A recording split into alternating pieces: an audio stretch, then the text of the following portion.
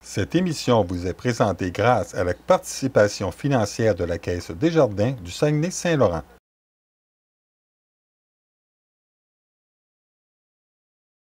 Bonjour mesdames et messieurs, j'espère que vous allez bien et bienvenue à ce nouvel épisode de la saga À nous la côte! côte. Nous sommes Teresa Fortier Et Sarah Villemer. et nous sommes heureuses de vous accompagner tout au long de l'été avec un nouveau concept d'émission fruité et léger. Aujourd'hui, on a quelque chose de spécial pour vous parce qu'on vous parle de musique. Mais parce qu'on a décidé que nos artistes de la Côte-Nord devaient avoir les projecteurs complets sur eux parce qu'ils méritent, on a décidé de faire 2 épisodes musique. Oui, effectivement. Hein, et on commence avec quoi, Teresa? Notre spécial musical. On va voir une accordéoniste Geneviève Dionne.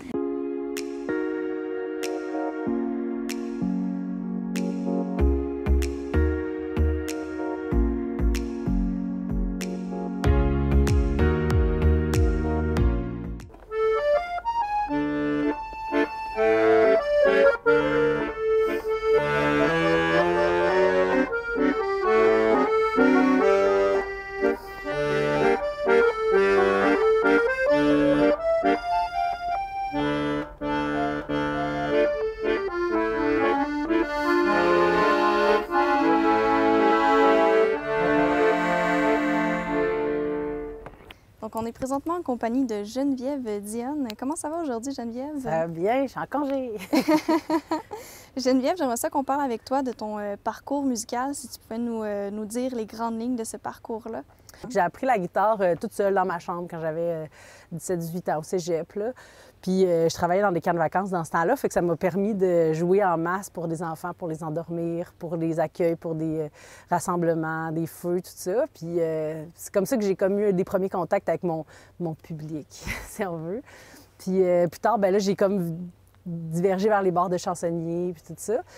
Puis à un moment donné, ben, j'avais pris des cours de guitare pour m'améliorer, puis tout ça. Puis finalement, j'étais un peu lâche, je travaillais pas tant, puis tout ça. Fait que là, ben, finalement, je me suis rendu compte qu'il faudrait que je change d'instrument si je voulais apprendre vraiment la musique. Parce qu'on peut vraiment chanter, puis on peut vraiment jouer de la guitare sans connaître la musique. Puis j'avais envie d'apprendre la musique pour vrai. Fait que là, je parlais avec ma coloc, puis j'ai dit... je vais changer d'instrument, je vais jouer du violon. Puis là, ça faisait 9 ans que j'habitais avec elle. Elle a dit, non, tu joues pas du violon pendant que je suis dans ta maison. Fait que là, parce que c'est sûr que les premières années, c'est souffrant. Fait que là, j'ai dit, OK, d'abord, je veux jouer de l'accordéon parce que j'avais des amis qui jouaient puis j'aimais ça. Elle a dit, OK. Ça s'est décidé comme ça. Aussi niaiseux, mais c'est comme ça que ça s'est passé. J'ai une amie qui m'a prêté un accordéon. Pendant un temps, je l'ai essayé avec des méthodes pour être comme autodidacte. J'ai pris des cours par-ci par-là, puis là, finalement, j'avais pas trouvé de professeur encore satisfaisant. Puis jusqu'à temps que j'en trouve une il y a 6 ans maintenant. Puis vraiment, elle était fabuleuse. Ça m'a vraiment donné envie de pousser plus. Puis avec elle, tout à coup, je me suis dit... je pourrais aller plus loin. J'avais tout à coup l'impression que je pouvais faire ça. Je me suis préparée pour rentrer pour les auditions des cégeps pour rentrer en musique. Puis là, je suis rentrée en musique. J'ai fait le DEC au cégep Sainte-Foy. J'ai fini pendant le confinement. Puis là, je viens d'être admise à l'UQAM pour la suite. Fait que c'est récent là, quand même, là, tout ton parcours professionnel musical. Tu t'en vas en quoi à l'UQAM cet En automne? accordéon, en interprétation. Donc, on suit dans cette lignée-là. Là. Donc, c'est devenu une passion pour toi, l'accordéon. Oui, bien, la musique a toujours fait partie de moi. Avant, c'était la guitare, c'était chanter. Puis là, finalement, c'est comme si... maintenant, quand je joue pas d'accordéon, je m'ennuie. Je trouve ça... C'est comme si ça faisait partie de moi. C'est juste comme ça s'est intégré dans ma routine. Puis c'est sûr qu'en allant à l'école, ils t'obligent. Il faut que tu passes du temps sur ton instrument, sinon ça se passe pas. Là. Fait que c'est ça. Maintenant, comme là, j'ai pas le temps tous les jours, puis je trouve ça même, voyons, pourquoi il manque quelque chose, là. Pourquoi l'accordéon plus qu'un autre instrument? Qu'est-ce que ça t'apporte de plus de jouer ça qu'un autre? Je sais pas. Je pense que un peu comme un animal, des fois, quand on a un coup de cœur, c'est comme si des fois, c'est l'animal qui te choisit. J'ai l'impression que c'est un peu l'instrument qui te choisit. Je suis pas certaine que j'avais vraiment du contrôle là-dessus. J'adore le violon. Puis, finalement, c'était un bon addon que j'avais fini à l'accordéon, même si, à la base, c'était du violon que j'avais envie de jouer. J'aimerais encore ça, jouer du violon, par exemple. Mais je pense que ça me ressemble de jouer de l'accordéon. Puis, tu sais, même si c'était même pas mon premier choix, comme j'ai fait du piano en complémentaire au cégep, Puis j'aimais ça, mais c'est pas mon instrument. J'ai pas envie de mettre 3 heures par jour dessus. Tu sais, j'avais envie de pratiquer parce que j'aimais quand même les pièces que je jouais, puis le son, c'est beau, tu sais. Mais c'était pas mon instrument à moi. Fait que je pense qu'il y en a... ben, en tout cas, les musiciens, on en a tous un plus qu'un autre, peut-être. Quoi qu'il y en a peut-être qui en ont 5-6, là, quand ils sont vraiment bons, mais c'est ça. Je suis pas certaine, mais le son de l'accordéon, moi, ça me fait vraiment vibrer la rondeur du son, puis le fait que ce soit transportable aussi. Comme, tu sais, le piano, ça charrie mal. Au moins, il y en a partout, mais pareil. Puis, je sais pas, c'est vraiment un coup de cœur. Donc, toi, tu as suivi un peu de cours, tu as été autodidacte aussi. Donc, est-ce que c'est préférable d'avoir déjà joué d'un instrument de musique pour après ça aller à l'accordéon, ou une personne qui n'a jamais joué d'instrument peut commencer tout de suite accordéoniste puis s'en tirer facilement avec la pratique? S'en tirer facilement, je suis pas certaine. Puis je suis pas certaine qu'aucun instrument, tu peux t'en tirer facilement. Je pense que ça prend du travail, peu importe c'est quoi. Peut-être à part le triangle, là, mais puis encore, parce que ça rentre dans la famille des percussions, puis ça nécessite du travail. Je pense que pour être bon dans un instrument, puis pour le maîtriser vraiment, ça prend du travail, peu importe c'est quoi. Ça prend de l'acharnement, puis de la patience, puis de la détermination. Sinon, il n'y a pas de moyen de devenir bon comme ça. C'est pas tu te lèves un matin puis tu es bon, à moins d'être un genre de génie, tu sais. Moi, je le suis pas, fait que j'ai besoin de travailler. Je pense que tous les gens qui veulent apprendre l'accordéon peuvent apprendre l'accordéon. Ça prend un bon prof qui leur donne envie d'apprendre principalement puis de travailler chez eux. Moi, c'est ça que ça me prenait, un prof qui me donne envie que quand j'arrive à mon cours, elle soit contente de ce que j'ai fait, de ce que j'ai avancé, mettons. Oui, parce que c'est autant beaucoup dans les cours, mais hors cours aussi, qu'avec la pratique, tout simplement, de la persévérance, que vous arrivez à un résultat. Est-ce que tu as commencé à faire tes propres compositions? Est-ce que c'est quelque chose qui s'en vient ou comment ça fonctionne? Pas pour l'instant. Moi, j'étudie en classique au cégep, puis en classique, on suit ce qui est écrit. Tu sais, c'est plus en jazz où il y a de la place à l'improvisation, tout ça. Là, je me dirige en pop, qui est une des branches du jazz, si on veut, en tout cas scolairement parlant, disons. Fait que j'ai l'impression que je vais être appelée à en faire un peu plus. Pour l'instant, il n'y avait pas vraiment de place à ça. C'est une partie de la musique qui m'angoisse, personnellement. C'est comme le contraire d'Éric pour ça. Puis moi, j'ai besoin je vais avoir besoin de quelqu'un qui me montre comment réfléchir pour arriver à le faire puis à me détendre dans tout ça. Je pense que c'est surtout à force de le faire, comme beaucoup de musiciens amis m'ont dit.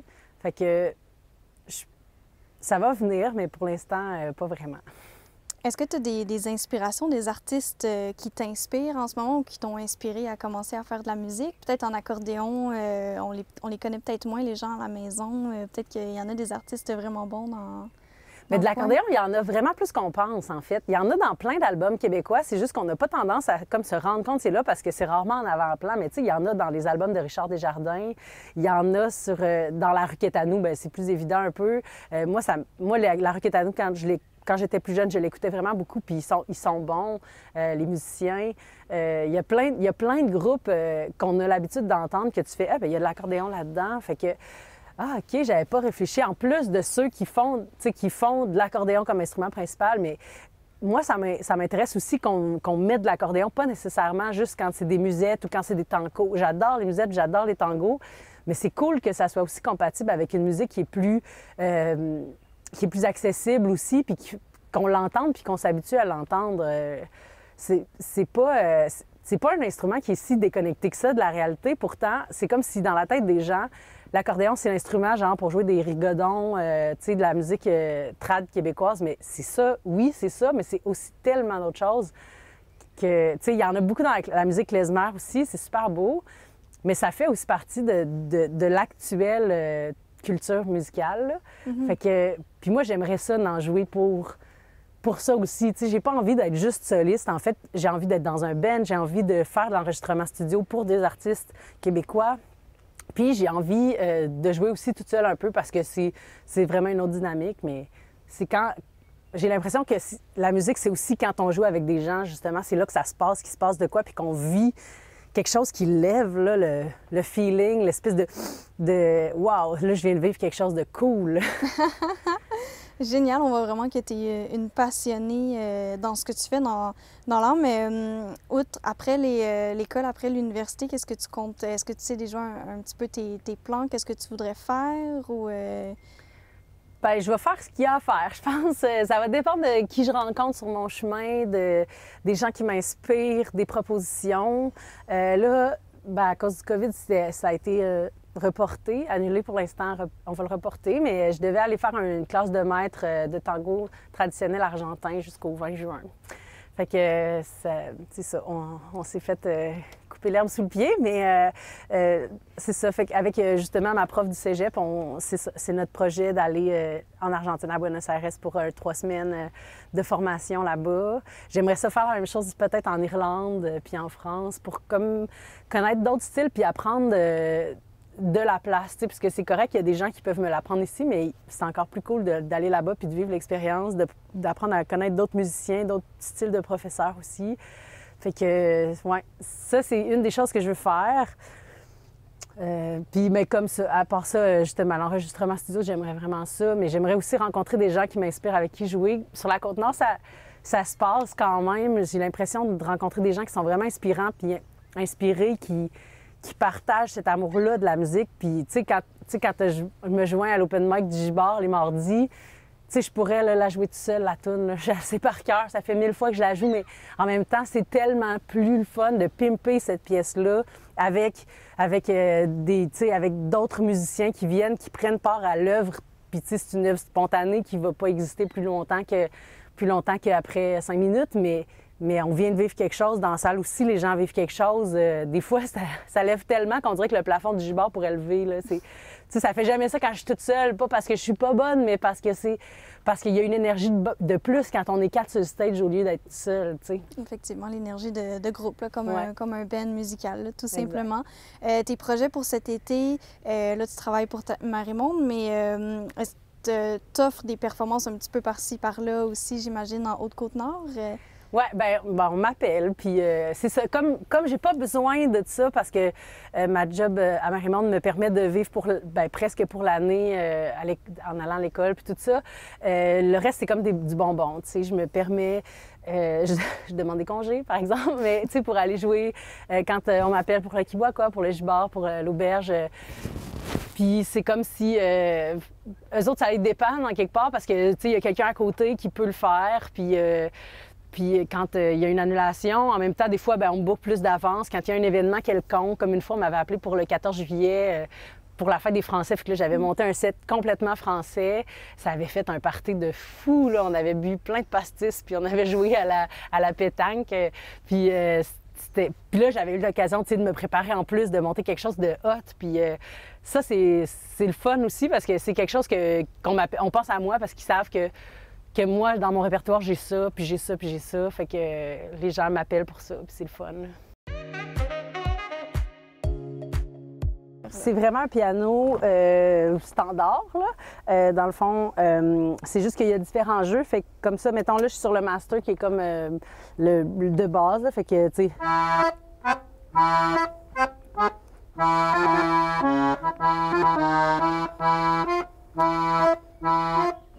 Bon, c'est n'importe quoi. Puis si je vais dans la musette, tu sais, c'est plus aigu. C'est plus aigu. Si je vais dans le bandoneon, on se rapproche de l'instrument de Piazzolla, l'instrument qui est joué en Argentine pour les tangos, puis tout ça. Fait que là, on a...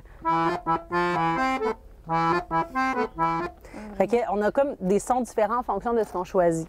Après ça, il y a le soufflet qui donne le son dans le fond, parce que si je tire sur rien, il n'y a aucun son. Fait qu'il faut que je tire sur le soufflet pour donner du son. Puis, il y a l'autre côté, qui sont les basses, dans le fond, qui servent à m'accompagner. Fait que dans le fond, c'est comme si je m'auto-accompagnais, mais avec mes 2 mains.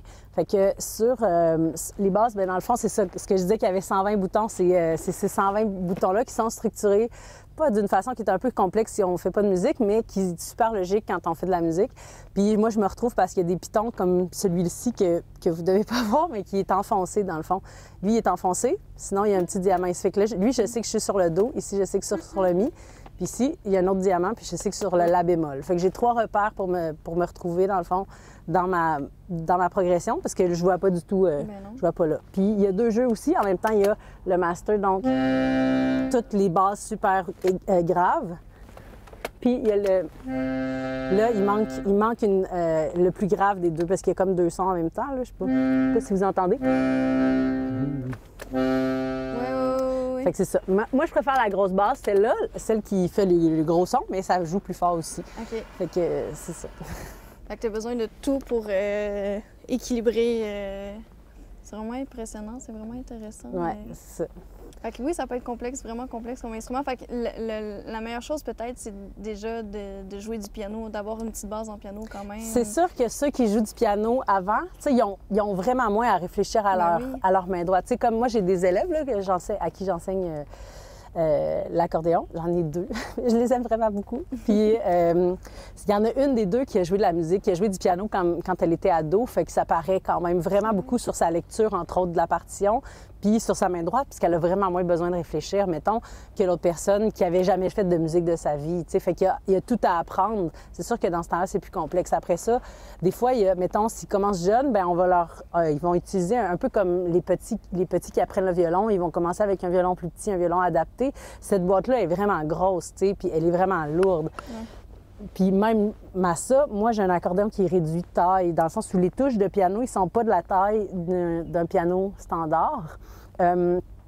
Fait que, dans le fond, pour les enfants, bien, on va leur donner un accordéon qui a ça de piano à peu près, puis il y a juste 12 basses souvent. Donc, l'accordéon, c'est une petite boîte, parce que c'est trop lourd pour un enfant, tu sais. Oui, ça pèse combien? Fait que, genre 20 quelques livres, là. C'est ça. Puis, tu sais, les plus gros, là, celui qui m'arriverait là, si j'avais des boutons de taille piano, mais avec le même nombre de touches, puis le même nombre de jeux, puis tout ça, c'est un super accordéon. Mais c'est juste que pour jouer, mettons, debout, ou pour justement, quand on joue beaucoup, bien, c'est que ça devient lourd, ça tire dans... tu sais, c'est un instrument qui est quand même physique à jouer, fait que c'est ça. C'est plus difficile quand l'accordéon il est plus gros, puis qu'on n'est pas si grand. Parce que, tu sais, les grands monsieur, là, les Italiens, mettons, bien là, eux autres, ils ont un gros accordéon, mais ils le tiennent bien, tu sais, parce qu'ils sont grands, ils sont forts. Après ça, moi, tu vois, quand j'ai changé d'instrument, le monsieur il m'a dit, bien, j'ai pas envie de te donner un trop gros instrument, je veux pas que tu aies mal au dos, tu t'enlignes pas pour pas jouer, là. Fait que j'ai dit, bien, t'as bien raison. Fait que c'est ça. Fait que là, à suivre. Oui, vraiment. J'ai peut-être une question niaiseuse, mais je joue pas d'instrument de musique, mais est-ce que c'est plus difficile peut-être de jouer à l'accordéon si, admettons, t'es gaucher ou t'es droitier, ou C'est pas une question niaiseuse pantoute que je me suis jamais posée, mais je pense que t'as pas le choix de jouer dans ce sens-là. Non, je pense pas que tu peux leur virer de... Ben, ouais, tu pourrais leur virer de bord, mais d'après moi, les gauchers doivent apprendre un peu comme les pianistes, tu sais. Tu peux pas vraiment virer les mains de bord, là. Le piano, il se retourne pas dans l'autre sens. Fait que je pense qu'il faut juste que tu t'habitues Mais de toute façon, les 2 mains travaillent, tu sais. Fait que rendu là, que ça soit une ou l'autre, parce que, tu sais, même si ma main a fait... tu sais, ma main aussi, elle se promène sur celle-là autant que... Fait que, après ça, c'est sûr qu'elle bouge un peu moins quand même, mais ça dépend qu'est-ce qu'on joue. Si tu joues une pièce de Bach qui avait l'habitude de faire ses basses au pédalier, tu sais, il faisait des mélodies au pédalier, mais je fais la mélodie. Tu sais, c'est juste que c'est un contre-champ, donc c'est 2 tunes en même temps. Mes profs haïraient qu'elles m'entendent parler, parce que tune, ça fait pas partie des mots qu'on a le droit d'utiliser. Mais 2 pièces en même temps, que tu joues en même temps simultanément, mais qui sont pas la même chose du tout. Tu sais, c'est pas juste c'est pas un qui complète l'autre. Oui, ça finit par se compléter, mais c'est vraiment 2 choses que si tu les écoutes séparément, ça fait vraiment une mélodie.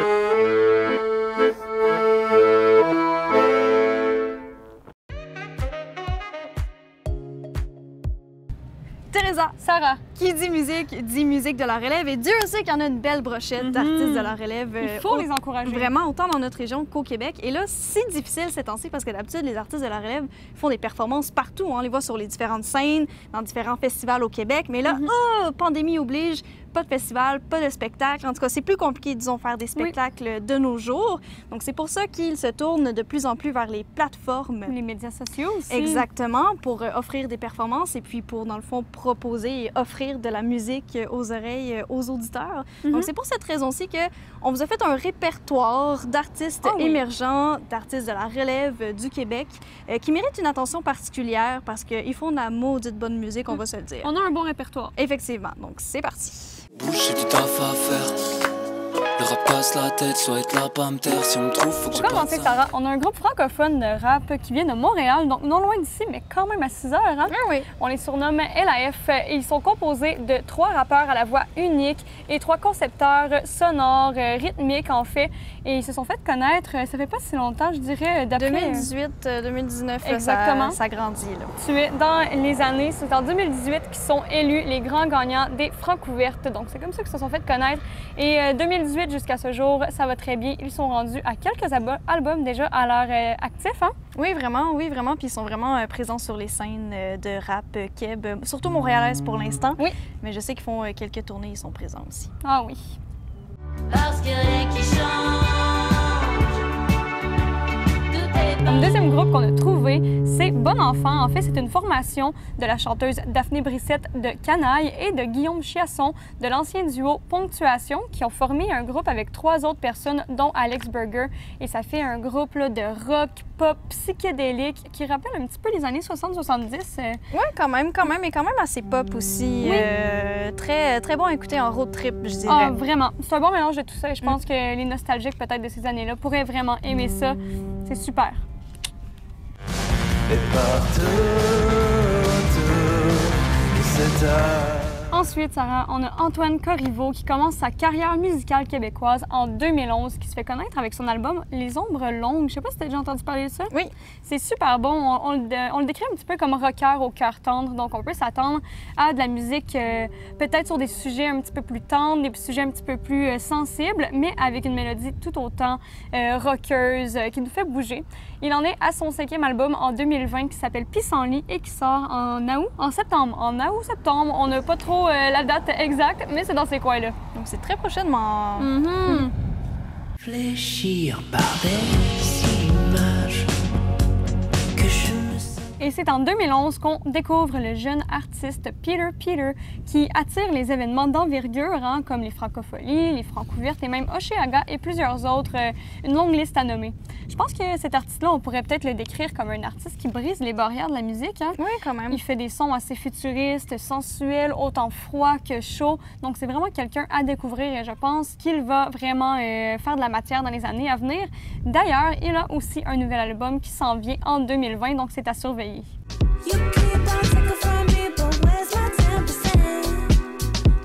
Ensuite, nous avons un tout autre genre. Nous avons Kate Ranada qui a débuté sa carrière de DJiste à 14 ans, quand même assez jeune. Hein? Vraiment. Et c'est avec son album 99,9% qu'il s'est fait un petit peu découvrir parce que c'est là qu'il a gagné le prix Polaris de l'année.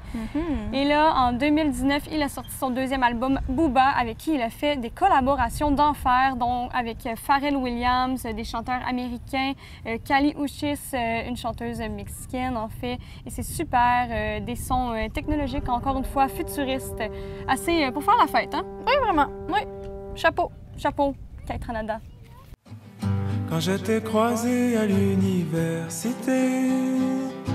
Ensuite, nous avons l'unique Philémon Simon qui chante un petit peu les douleurs de l'amour et les revers des émotions qu'on peut ressentir, j'ai le goût de dire, avec une mélodie assez unique. En fait, Philémon Simon en est déjà à son 5e album depuis 2010. Donc, c'est une personne à découvrir, vraiment. Oui, il parle beaucoup de la Côte-Nord et des régions aussi. Il fait vraiment beaucoup le tour avec sa Yaris, des beaux moments. Il va pas juste à Montréal, Philémon Simon. J'ai le goût de dire qu'il est un petit peu nostalgique, je crois, de ses souvenirs d'enfance, justement, entre Charlevoix et Montréal. Exact.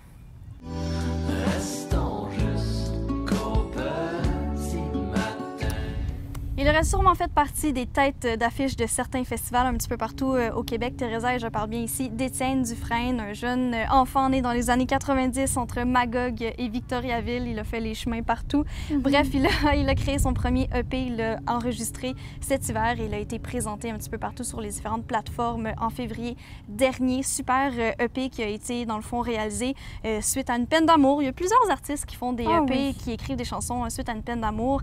Sachez-le aussi que c'est un artiste multidisciplinaire, donc les photographes, illustrateurs, il fait vraiment de tout côté artistique. Donc, c'est lui aussi qui a mis la main à la pâte aussi pour ses illustrations de son EP.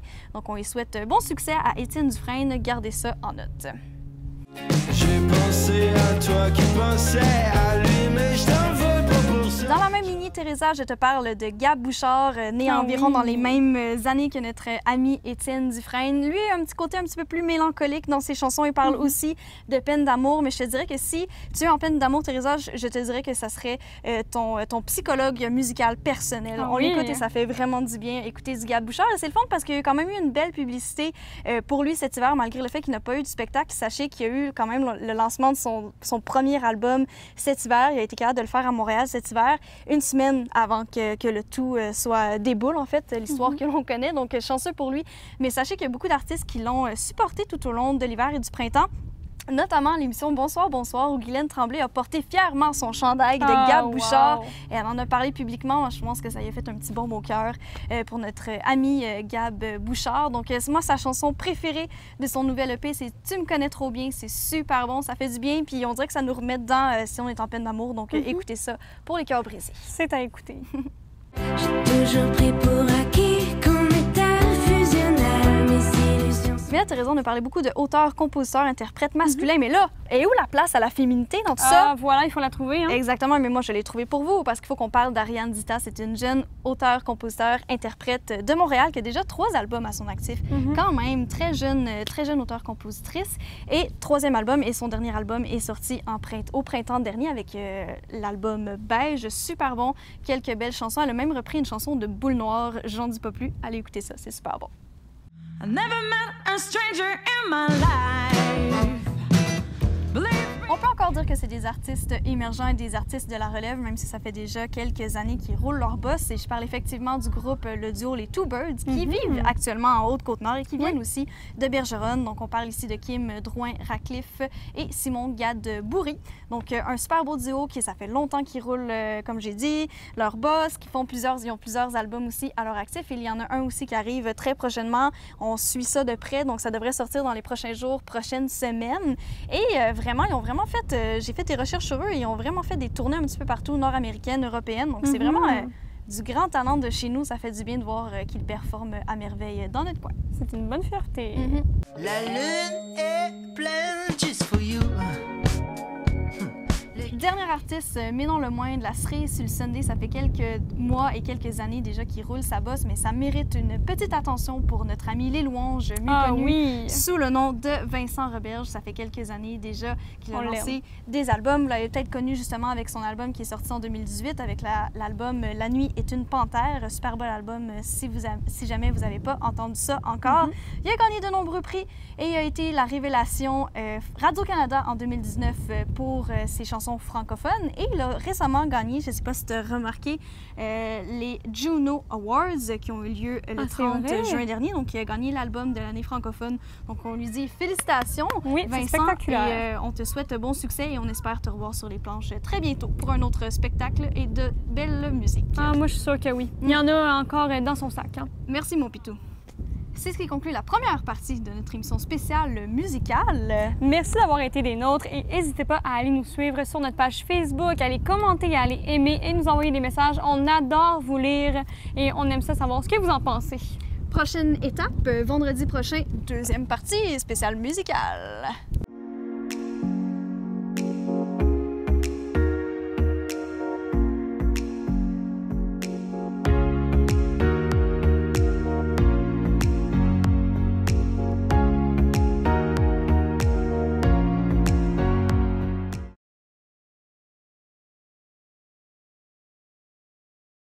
Cette émission vous a été présentée grâce à la participation financière de la Caisse Desjardins du Saguenay-Saint-Laurent.